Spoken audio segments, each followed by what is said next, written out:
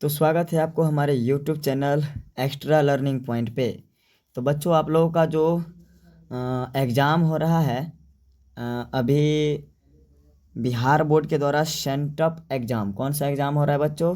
Sent up exam जो ले रहा है बिहार बोर्ड आप लोगों को, उनका आज हम SST का पूरा क्वेश्चन आंसर बनाकर दिखाएंगे।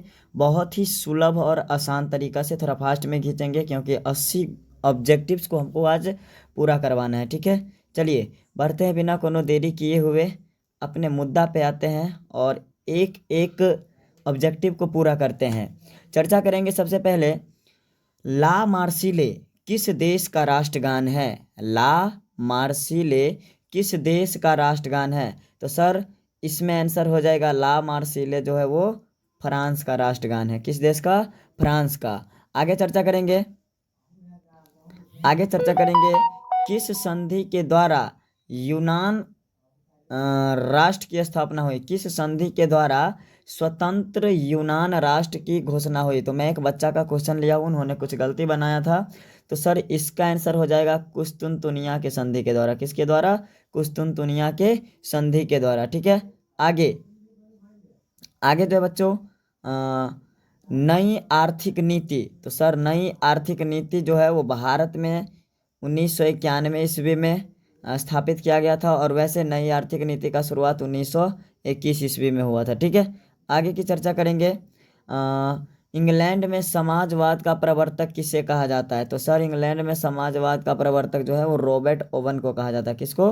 रॉबर्ट ओवन को कहा जाता है। आगे चर्चा करेंगे, मेंशेविक दल का नेता कौन थे? मेंशेविक दल का नेता जो थे वो केरेंस्की थे। कौन थे? केरेंस्की थे। आगे फिर से चर्चा करेंगे, एक और वीडियो को लेकर चलेंगे आगे हम, और इसमें है किसकी अध्यक्षता में वियतनाम में लोकतांत्रिक गणराज्य की स्थापना हुई? तो सर इसमें हो जाएगा हो ची मिन्ह की अध्यक्षता में। किसकी अध्यक्षता में?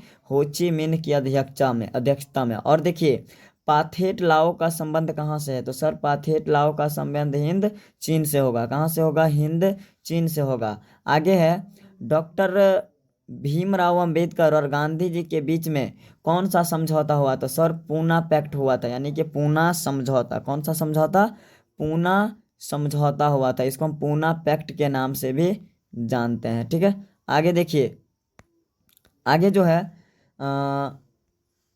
एडमंड कार्टराइट ने किस चीज का आविष्कार किया था? तो सर एडमंड कार्टराइट जो है पावर लूम का आविष्कार किया था। किसका? पावर लूम का आविष्कार किया था। आगे जो चर्चा करेंगे बच्चों वो है मिरात उल अखबार का प्रकाशन किसने किया था? तो सर राजा राम मोहन राय ने। इन्होंने ही सती प्रथा का भी अंत किया था। ठीक है, राजा राम मोहन राय ने सती प्रथा का भी क्या किया था? सर अंत किया था। आगे हम चर्चा करेंगे, विक्टर इनेमुअल ने किसे प्रधानमंत्री पद पर नियुक्त किया? तो सर काउंट काबूर को। किसको? काउंट काबूर को। आगे चर्चा करेंगे, कार्ल मार्क्स किनके विचारों से प्रभावित थे? तो सर हिगेल के विचार से। किसके विचार से? हिगेल के विचार से। आगे चर्चा करेंगे भूमि शांति और रोटी का नारा किसने दिया था? तो सर भूमि शांति और रोटी का जो नारा है वो लेनिन ने दिया था। किसने दिया था? लेनिन ने। आगे सोशल कॉन्ट्रैक्ट नामक पुस्तक के लेखक कौन है? तो सर रूसो हो जाएगा। कौन हो जाएगा? रूसो। ठीक है, अगला जो क्वेश्चन है, इंडियन प्रेस एक्ट कब पारित हुआ? इंडियन प्रेस एक्ट कब पारित हुआ? तो सर इंडियन प्रेस एक्ट जो था वो 1910 ईस्वी में पारित हुआ था। ठीक है, इसके बाद किस समझौता ने वियतनाम को दो हिस्सों में विभक्त कर दिया? तो सर जेनेवा समझौता ने। किस समझौता ने? जेनेवा समझौता ने। आगे चर्चा करेंगे, 1914 में भारतीय स्वाधीनता समिति की स्थापना कहाँ की गई थी? तो कितना बच्चा यहाँ पर भारत में लगाया है? Date is wrong, always wrong. तो सर इसका राइट आंसर क्या हो जाएगा? तो सर जर्मनी हो जाएगा। क्या हो जाएगा? जर्मनी। आगे जलियांवाला बाग नरसंहार के विरोध में किसने अपने नाइट की उपाधि त्याग की? तो सर रविंद्रनाथ टैगोर ने। किसने त्याग दिया था? रविंद्रनाथ टैगोर ने। इसमें महात्मा गांधी ने केसर ए हिंद की उपाधि त्यागा था। किसका? केसर ए हिंद की उपाधि। ठीक है, आगे चर्चा करेंगे। आगे कहना है, रानी गेडिनल्यू ने कहाँ आंदोलन का नेतृत्व किया? रानी गेडिनल्यू ने कहाँ? तो सर मणिपुर और नागालैंड में। कहाँ पे? मणिपुर और नागालैंड में किया था। आगे देखेंगे, पेज नंबर यहाँ पे 5 या 6 है। देखिए कह रहे पूर्ण स्वराज की मांग का प्रस्तावना कांग्रेस ने किस आंदोलन में रखा या किस अधिवेशन में रखा, तो सर 1929 के लाहौर अधिवेशन में रखा। आगे चर्चा करेंगे। बंगाल का विभाजन कब वापस लिया गया, बंगाल विभाजन, तो सर 1905 में इसको लागू किया गया और 1911 में इसको रिटर्न वापस ले लिया गया था। आगे चर्चा करेंगे फिर से। निम्नलिखित में से किस मिट्टी में सबसे उर्वरता कम होती है, तो देखिए इसमें लेटेराइट, जो कि गलत है, लेटेराइट मेरा गलत हो जाएगा, इसमें हो जाएगा मरुस्थलीय मिट्टी में। किस में हो जाएगा बच्चों, मरुस्थलीय मिट्टी में। आगे चर्चा करेंगे फिर से। अ, निम्नलिखित में से कौन सा उच्च कोटि का लौह अयस्क है, तो इसमें हो जाएगा मैग्नेटाइट। क्या हो जाएगा बच्चों, मैग्नेटाइट हो जाएगा। इसके बाद क्वेश्चन नंबर 24 है, सबसे बड़ा तेल शोधक कारखाना कहाँ स्थित है, तो सर जामनगर में। कहाँ पे, जामनगर में। आगे चर्चा करेंगे। निम्नलिखित में से किसे आधार मानकर धरातल की ऊंचाई मापी जा सकती है, तो सर सागरीय सतह को। किसको, सागरीय सतह को आधार मानकर और क्या किया जा सकता है, धरातल का ऊंचाई मापा जा सकता है। आगे देखेंगे। निम्नलिखित में से किसे बाढ़ का देश भी कहा जाता है, तो सर बाढ़ का देश को बांग्लादेश को जाना जाता है। बाढ़ के देश के नाम से किस देश को जाना जाता है, बांग्लादेश को। सिमलीपाल राष्ट्रीय उद्यान, तो सर उड़ीसा में है। कहाँ पे है, उड़ीसा में। आगे चर्चा करेंगे। सागर सम्राट क्या है, तो सर सागर सम्राट जो है वो ड्रील जलयान है। सागर सम्राट क्या है, ड्रील जलयान है। पृथ्वी के उच्च ताप से प्राप्त ऊर्जा को क्या कहते हैं, पृथ्वी के उच्च ताप से प्राप्त ऊर्जा को क्या कहते हैं, तो सर भूतापीय ऊर्जा कहते हैं। क्या कहते हैं, भूतापीय ऊर्जा कहते हैं। चलिए आगे देखेंगे। निम्नलिखित में से कहाँ तेल शोधक कारखाना नहीं है, देखिए मथुरा में भी है, हल्दिया में भी है और जामनगर में भी है। तो राइट आंसर मेरा हो जाएगा सूरत में। कहाँ पे, सूरत में। चलिए आगे देखेंगे। निम्नलिखित में से कौन सा इस्पात केंद्र समुद्र के तट पर समुद्र के तट के निकट है, तो सर विशाखापत्तनम इसका आंसर हो जाएगा। क्या हो जाएगा, विशाखापत्तनम हो जाएगा। ठीक है। आगे। निम्नलिखित में से कौन व्यापारिक फसल है, देखिए इसमें चाय भी हो जाएगा, रबर भी हो जाएगा, कहवा भी हो जाएगा। तो लास्ट ऑप्शन है इनमें से सभी। तो राइट आंसर हमारा यही हो जाएगा। आगे है, वायुयान उद्योग का पहला कारखाना कहाँ स्थापित हुआ, तो सर वायुयान उद्योग का जो पहला कारखाना था वो बेंगलुरु में स्थापित किया गया। कहाँ पे, बेंगलुरु में। अगला। निम्नलिखित में से कौन सा विशेष आर्थिक क्षेत्र सबसे पहले स्थापित किया गया, तो सर कांडला हो जाएगा। इसमें क्या हो जाएगा, कांडला। आगे चर्चा करेंगे। पूर्व रेलवे का मुख्यालय कहाँ स्थित है, तो सर हाजीपुर में। कहाँ पे स्थित है, हाजीपुर में पूर्व रेलवे का मुख्यालय अवस्थित है। ठीक है। आगे फिर से चर्चा करेंगे बच्चों। आगे जो है, भारत में ज्वार की सबसे अधिक खेती किस राज्य में होती है, तो सर भारत में सबसे अधिक ज्वार की खेती महाराष्ट्र में होती है। कहाँ होती है बच्चों, महाराष्ट्र में होती है। निम्नलिखित में से क्या सामुदायिक संसाधन है, तो सर पंचायत भवन हो जाएगा। क्या हो जाएगा इसका आंसर, पंचायत भवन हो जाएगा। आगे चर्चा करेंगे फिर से।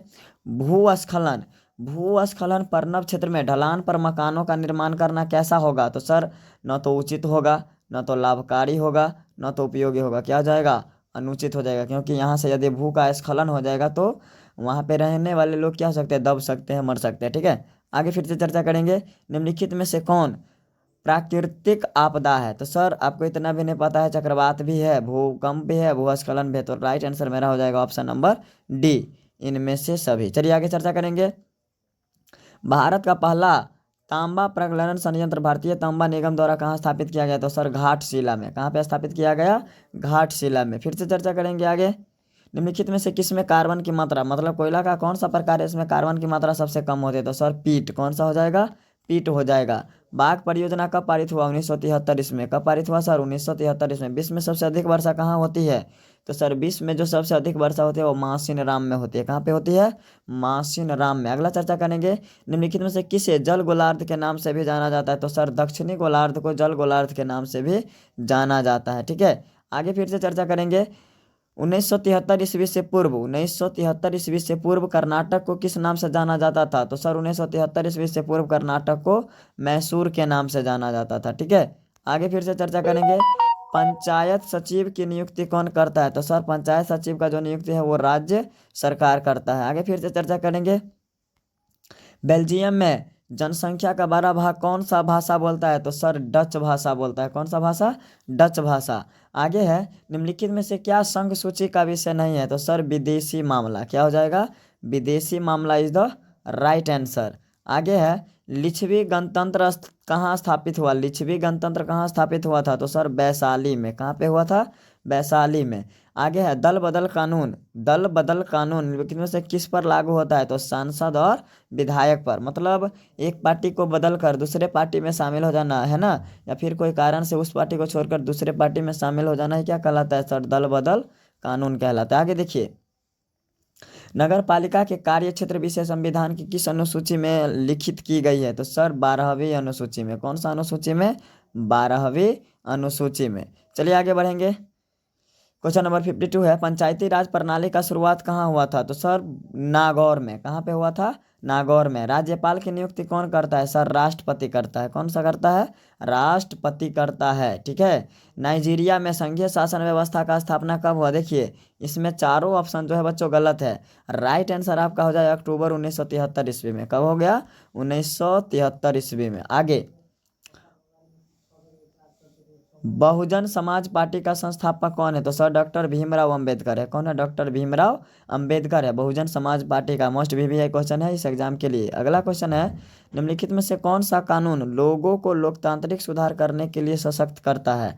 तो इसमें हो जाएगा सूचना का अधिकार अधिनियम। सूचना का अधिकार अधिनियम लोगों को सशक्त बनाने का काम करता है। आगे है क्वेश्चन नंबर 57, कह रहा है लोकतंत्र का चौथा स्तंभ। तो सर प्रेस है। लोकतंत्र का चौथा स्तंभ किसे माना जाता है? तो प्रेस को लोकतंत्र का चौथा स्तंभ माना जाता है। अब देखिए अगला क्वेश्चन है 58। क्वेश्चन नंबर 58 है कि 1956 में पारित राज्य पुनर्गठन अधिनियम के तहत भारत को कितने राज्यों एवं केंद्र शासित प्रदेशों में बांटा गया? तो सर 14 गो राज्यों में और 6 गो केंद्र शासित प्रदेश के रूप में बांटा गया था। ठीक है।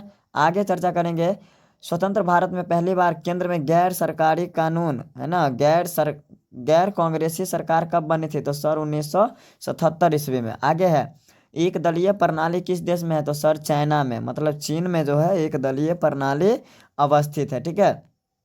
आगे है, तारी विरोधी आंदोलन किसके द्वारा किया गया? सबको पता है, महिलाओं के द्वारा। किसके द्वारा? महिलाओं के द्वारा। अगला है, निम्नलिखित में से क्या ग्राम पंचायत का व्यवस्थापिका है? तो सर ग्राम कचहरी भी हो जाएगा, ग्राम रक्षा दल भी हो जाएगा और ग्राम सभा भी हो जाएगा। तो राइट आंसर मेरा क्या हो जाएगा बच्चों? राइट आंसर हो जाएगा इनमें से सभी। अगला फिर से चर्चा करेंगे, निम्नलिखित में से क्या एक केंद्र शासित प्रदेश है? मतलब कौन सा है इनमें से केंद्र शासित प्रदेश? देखिए उत्तराखंड राज्य है, गोवा भी राज्य है, नागालैंड भी राज्य है। तो मेरा राइट आंसर हो जाएगा जम्मू कश्मीर। जम्मू कश्मीर भी पहले एक राज्य था मगर उसको केंद्र शासित प्रदेश के रूप में कन्वर्ट कर दिया गया। आगे चर्चा करेंगे, जीवन यापन के लिए अपनाई गई आर्थिक व्यवस्था क्या कहलाती है? तो सर अर्थव्यवस्था कहलाता है। क्या कहलाता है? अर्थव्यवस्था। बैंकिंग को किस क्षेत्र में रखा गया है? तो सर प्राथमिक क्षेत्र में कृषि होता है, द्वितीय क्षेत्र में उद्योग होता है और तृतीय क्षेत्र में सेवा होता है। और बैंक में हमें क्या मिलता है? तो सर सेवा मिलता है। तो ये क्या हो जाएगा? राइट आंसर तृतीय क्षेत्र। ठीक है। आगे चर्चा करेंगे, मानव विकास सूचकांक के दृष्टि से सबसे ऊपरी देश कौन सा है? तो सर नॉर्वे हो जाएगा। कौन सा हो जाएगा? नॉर्वे हो जाएगा। आगे फिर से आ जाइए क्वेश्चन नंबर 67 में। तो क्वेश्चन नंबर 67 कहना है कि आर्थिक विकास की माप का सबसे उचित सूचकांक क्या हो सकता है? तो सर प्रति व्यक्ति राष्ट्रीय आय जो है ना, वो आर्थिक विकास के माप को आसानी से माप सकता है। ठीक है।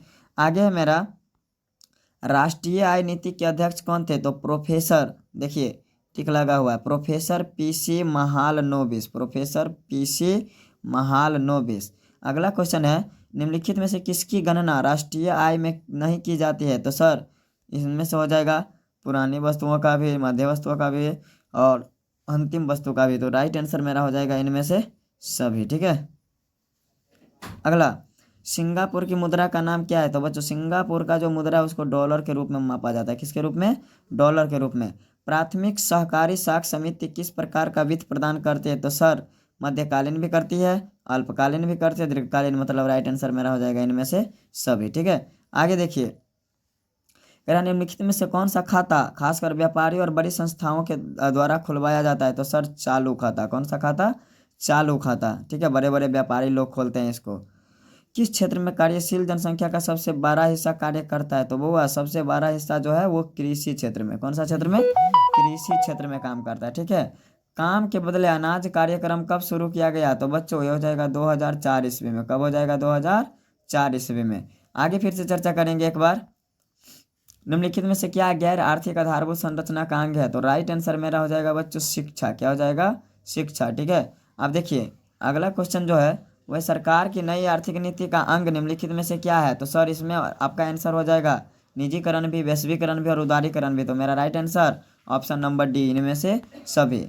राष्ट्रीय उपभोक्ता दिवस किस तिथि को मनाया जाता है सर? 24 दिसंबर को। किस तिथि को मनाया जाता है? 24 दिसंबर को।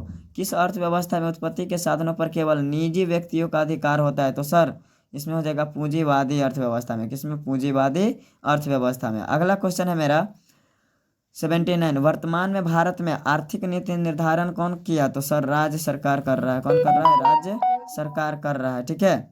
भारतीय बैंक प्रणाली के शीर्ष पर कौन संस्था आती है? तो भारतीय रिजर्व बैंक आती है। आज के लिए फिलहाल इतना ही, आपका इतना ही क्वेश्चन पूछा गया था बिहार बोर्ड के द्वारा सेंटर ऑफ एग्जाम में। मिलेंगे अगले क्लास में, जब तक के लिए tata, good bye, see you tomorrow. आप हमारे चैनल पे नए हैं तो हमारे चैनल को सब्सक्राइब करें और बेल आइकन को दबाना ना भूलें। धन्यवाद।